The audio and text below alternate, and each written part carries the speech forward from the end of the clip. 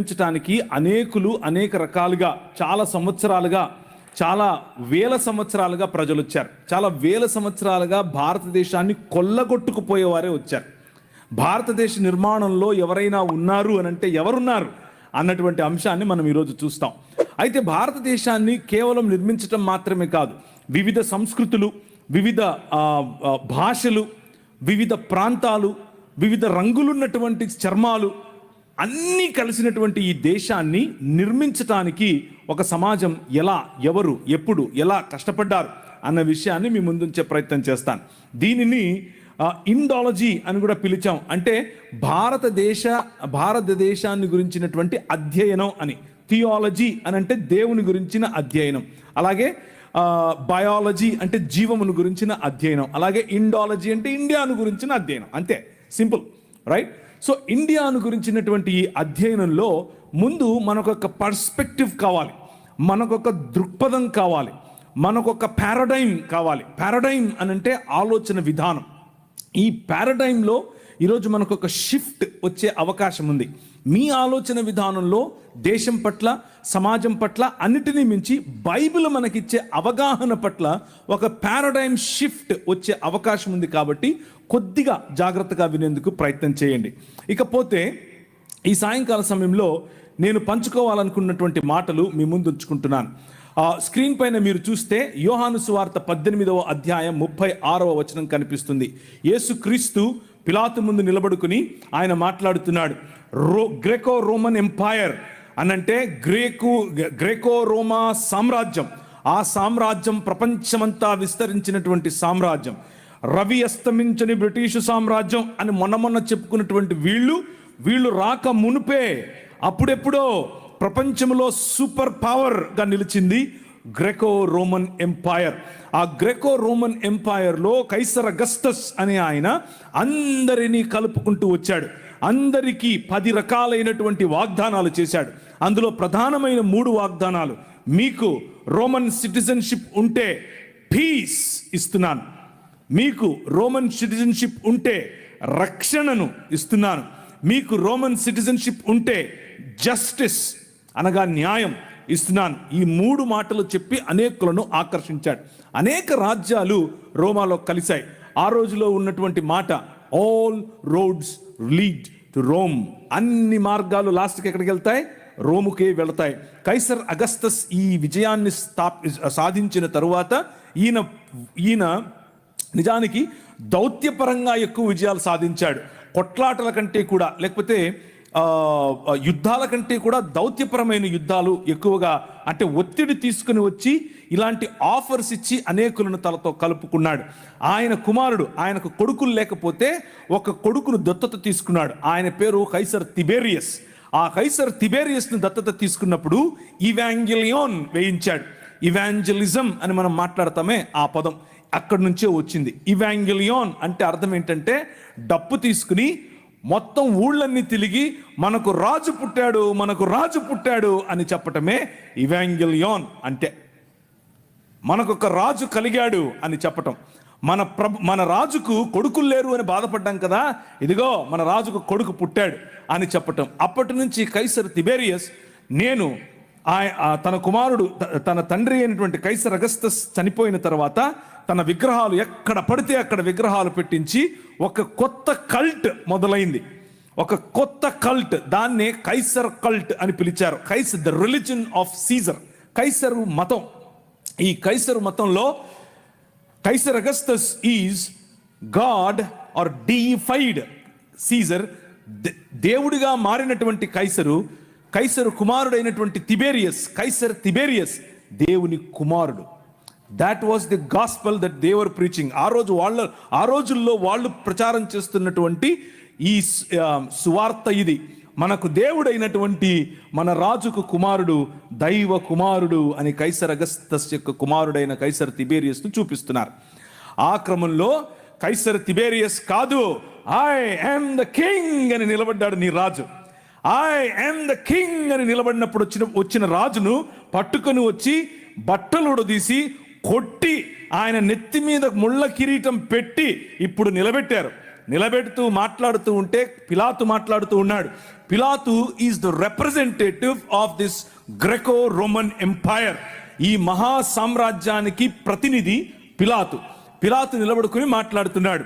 ఇప్పుడు ప్రభు అయిన యేసు క్రీస్తుతో అడిగాడు, ఏమయ్యా, యూదుల రాజుకు క్రీస్తువు నీవేనా? ఎస్, నువ్వన్నట్లే, ఐ యామ్ ద కింగ్ అని చెప్పాడు. అవునా? నీకు విషయం తెలుసా? అయితే నా దగ్గర నిన్ను విడిచిపెట్టడానికి అధికారం ఉంది తెలుసా అని అన్నాడు. ఈయనన్నాడు, స్మైల్ కొట్టాడు, నీకు అర్థం కావట్లేదు, నేను వచ్చిందే ఈ రోజు కోసం, నేను వచ్చిందే మరణాన్ని చంపటం కోసం. నువ్వేంది నన్ను విడిచిపెట్టేది? నేను ఇస్తే తప్ప అధికారం నీకు లేదు, పైనుంచి ఇస్తే తప్ప అధికారం నీకు లేదు. నేను పైనుంచి దిగి వచ్చిన వాడను. సమస్త రాజ్యాలను ఒక్క రాజ్యంగా చేయటానికి, సమస్త రాజ్యాలపైన ఏలుబడి చేస్తున్న మరణాన్ని చంపటానికి వచ్చాను. ద కింగ్ ఈజ్ హియర్ అని చెప్పాడు. The king is here. అయితే my kingdom is not of this world. ఈ లోక సంబంధమైన రాజ్యం కాదు. నువ్వు అనుకుంటున్నట్లు కత్తులు కటార్లు తీసుకుని, నువ్వు అనుకుంటున్నట్లు మీ నాయన చేసినట్లు దౌత్యపరమైన ఒత్తిడి తీసుకొచ్చి, లేకపోతే ఇంకేదో 11వ అధ్యాయం ఆ దానియేలు గ్రంథంలో ఒక లిస్ట్ ఉంటుంది, ఎవరెవరు ఎలా పరిపాలిస్తారు. కొందరు దోపుడు సొమ్ము పంచటం ద్వారా పరిపాలిస్తారు, కొందరు కోయలిషన్ గవర్నమెంట్ ద్వారా పరిపాలిస్తారు, కొందరు ఇచ్చకపు మాటలతో పరిపాలిస్తారు, కొందరు ఇచ్చిపుచ్చుకోవటం ద్వారా పరిపాలిస్తారు, కొందరు కులం ద్వారా పరిపాలిస్తారు, కొందరు విభజించి పాలిస్తారు, కొందరు అనేకమైనటువంటి విగ్రహారాధన కారణం చేత పరిపాలిస్తారు. అలా పరిపాలించేవారు అనేకులు. భయపెట్టి పరిపాలించేవాడు ఒకడు, శూరత్వంతో పరిపాలించేవాడొకడు. ఇలాంటి పరిపాలనా పద్ధతులు లోకములో చాలా ఉన్నాయి. ఇది లోక మర్యాద. కానీ ఈ రాజ్యం, నీ రాజు స్థాపిస్తున్నటువంటి రాజ్యం, ఈ అన్ని పద్ధతులకు అతీతమైనటువంటి ఆలోచన. ఆ ఆలోచన ఒక్క మానవ సమాజం అనే ఆలోచన, ఆ ఆలోచన ఒక్క క్రీస్తు శరీరం అనే ఆలోచన. ఆ ఆలోచన తిరిగి వాదులాడేది కాదు, తిరిగి దెబ్బలాడేది కాదు, క్షమించేది. తండ్రి, వీరేం చేస్తున్నారో వీరికి తెలీదు, వీరిని క్షమించు అని తన గడ్డము పీకిన వాడిని, పిడిగుద్దులు గుద్దిన వాడికి, తరువాత ఆయనను దాన్ని ఏమంటారు, చాల్కోడితో కొట్టిన వాడిని, ఆయన మోసుకొని పోతున్నటువంటి సిలువ భారం ఇంకా పెంచాలని ఆలోచించే వారిని చూసి అన్న మాట. అది 23వ అధ్యాయం మత్తయి సువార్తలో అంటున్నాడు. పరిసయ్యులు మరియు అక్కడ ఉన్నటువంటి ఈ పాఖండులు, లేకపోతే హిపోక్రైట్స్, పైకొకటి లోపలొకటి ఉన్నటువంటి వారు అంటున్నాడు, woe to you scribes and Pharisees, hypocrites, for you tithe mint, dill and cumin and have neglected weightier matters. మీకు అవసరమైనటువంటి వాటిని మాత్రమే పట్టుకుంటున్నారు. దీంట్లో కొత్తిమీరలో 10వ వంతు ఇవ్వండి, మీ పుదీనాలో 10వ వంతు ఇవ్వండి. మీ మతం పట్టి సస్తున్నారు మీరు. కానీ చేయాల్సిందేమిటి?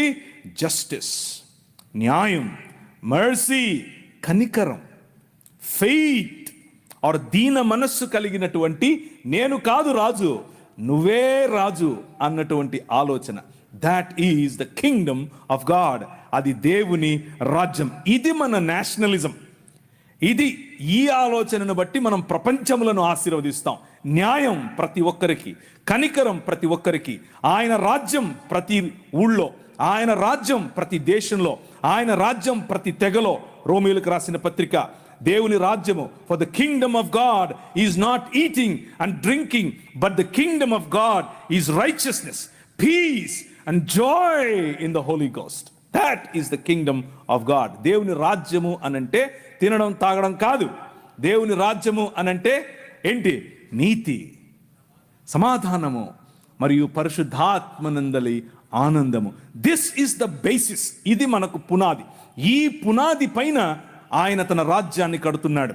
ఈ పునాది పైన ఆయన తన ప్రజలను కడుతున్నాడు. అలా కట్టే క్రమంలో ఆయన మనకు నేర్పింది, దాన్ని ఏమంటారు, మనకు నేర్పినటువంటి పాఠం, ఆయన మనుష్యులను తన స్వరూపమందు తన పోలిక చొప్పున చేసి దేవాలయము అనగా భూమ్యాకాశములు అనేటటువంటి తన నివాస స్థలమును చేసుకుని 6 దినములు దానిని అలంకరించి, పగటికొక వెలుగు, రాత్రికొక వెలుగు, ప్రపంచములో అన్ని వనరులు అందరికీ అందులాగున దానిని శృంగారించి ఆ మందిరములో, ఆ భవనములో 7వ దినమున రాజై ఆకాశమును తన సింహాసనముగా, భూమిని తన పాదపీఠముగా చేసుకుని విరాజమానుడయ్యాడు. నీ రాజు, ఆ రాజు నిన్ను పిలిచి అన్నాడు, యు ఆర్ మై రిప్రజెంటేటివ్. నువ్వు నా ప్రతిబింబం, నువ్వు నా ప్రతినిధి, నువ్వు నా ప్రతిమ. గో, వెళ్ళు, రాజ్యం చెయ్యి అని అన్నాడు. ఏంటా రాజ్యం? ఫలించు, అభివృద్ధి చెందు, విస్తరించు, భూమిని నిండించు, దాని మీద ఏలుబడి చేయి అని అన్నాడు. ఎలా ఏలుబడి చేయాలి? తల్లిదండ్రుల వంటి స్థానం నీకు ఇస్తున్నాను, ప్రతి వాటికి పేర్లు పెట్టే అధికారం నీకు ఇస్తున్నాను అని అంటే, కీర్తనల గ్రంథం 8లో చెప్పినట్లుగా ఆయన తన మహిమను మకుటముగా చేసి మనకు ధరింపజేసి తన చేతి పనులైనటువంటి భూమి ఆకాశముల మీద మనకు అధికారమునిచ్చి ఏలండ్రా అనంటే, ఈ లోక మర్యాదకు పడిపోయాం. ఈ లోక మర్యాద అనగా అంధకార సంబంధమైన దురాత్మ సమూహముల యొక్క అధికారము, అవి చెప్పిన మాటలు విన్న కారణం చేత మన కార్పోరియల్ రిప్రజెంటేటివ్, మన ఫెడరల్ రిప్రజెంటేటివ్ అయినటువంటి ఆదాము, మనుష్య సమాజమునకు గుర్తు అయినటువంటి ఆదాము ఆ చేసిన నిర్ణయం కారణం చేత అందరము అంధకార సంబంధమైన దురాత్మ సమూహముల యొక్క రాజ్య భాగస్థులము అయ్యాం. దాన్నే ఒరిజినల్ సిన్ అంటారు. దాన్నే మూల పాపము లేకపోతే స్వభావ సిద్ధమైన పాపము అని అంటారు. Choosing the world and rejecting God. దేవుణ్ణి రిజెక్ట్ చేయటం. మనుష్య సమాజము మూకుమ్మడిగా దేవుణ్ణి రిజెక్ట్ చేసిన కారణం చేత ఆయన ఊరుకుండలేదు. ఆయన నా సన్నిధిని మళ్ళీ మీకు ఇస్తాను, నేను మళ్ళీ మిమ్మల్ని నా కుటుంబంగా చేసుకుంటాను, నేను మళ్ళీ మిమ్మల్ని నా కుటుంబంలో భాగంగా చేసుకోవటానికి నేను ఒక ప్రణాళికను వేశాను అని అన్నాడు. భూమి ఆకాశముల మధ్య కలిగినటువంటి ఈ అగాధాన్ని ఆయన తీసివేయాలనుకున్నాడు. అందులో భాగంగా ఆయన 5 రకాలైనటువంటి కవెనెంట్స్, 5 రకాలైనటువంటి వాగ్దానాలు చేశాడు. 5 ఒకే వాగ్దానము 5 వేరు వేరు సార్లు వేరు వేరు సూపర్ పవర్స్ మధ్య చేశాడు. ఆయన ప్రతి దేశమును ఆశీర్వదించాలని, ప్రతి వంశమును ఆశీర్వదించాలని, ప్రతి గడ్డను ఆశీర్వదించాలని, ప్రతి బిడ్డను ఆశీర్వదించాలని పూనుకున్న కారణం చేత ఆయన నిమ్రోదు సమయంలో నోవహును ఎన్నుకున్నాడు. మెసొపొటేమియా సమయంలో అనగా నిమ్రోదు సమయంలో, ఆ రోజుల్లో సూపర్ పవర్ నిమ్రోదు సమయం, ఆ నిమ్రోదు సమయంలో ఉన్న సూపర్ పవర్ మధ్య నోవహును ఎన్నుకున్నాడు. ఆ తర్వాత వచ్చినటువంటి సూపర్ పవర్ మెసొపొటేమియా సివిలైజేషన్. ఆ మెసొపొటేమియా నాగరికతలో అబ్రహామును ఎన్నుకున్నాడు. నీ ద్వారా ప్రపంచాన్ని ఆశీర్వదిస్తానని చెప్పాడు. ఆ తర్వాత వచ్చినటువంటి సూపర్ పవర్ ఈజిప్టులోకి ముందే తన బిడ్డలను పంపించి వారి ద్వారా అనేకులను, ప్రపంచములను ఆశీర్వదించాడు. Hour God is interested in civilisations. మన దేవుడు ఈ ప్రజల నాగరికతల పైన ఆయనకు ఇష్టం. ప్రజల నాగరికతలలో ఒకరు విర్రవీగి ఐ యామ్ ద కింగ్ అనంటే పళ్ళు రాలగొట్టడానికి రెడీగా ఉంటాడు, కొమ్ములుంచటానికి రెడీగా ఉంటాడు. ప్రతి సివిలైజేషన్ను తన కన్నుసన్నలలో నడిపినటువంటి రాజు నీ రాజు. ప్రతి సివిలైజేషన్లో తన ఉనికిని చాటుకుంటూ వచ్చిన రాజు నీ రాజు. ఆయన నీతికి రాజు, ఆయన నీకు రాజు, నాకు రాజు, దేశములకు రాజు, సృష్టికి రాజు. He is the true king. ఆ రాజు 10 రకాలైనటువంటి దేవీ దేవతలు, 10 రకాలైనటువంటి వనరుల క్రింద బానిసత్వములో బ్రతుకుతూ ఉన్నటువంటి ఇశ్రాయేలును వారికి ఇచ్చినటువంటి వాగ్దానము కారణం చేత వారితో వాగ్దానం చేశాడు, I will build my Kingdom with you. నీ ద్వారా, నీతో నేను ఒక రాజ్యం కడతాను. Let my people go.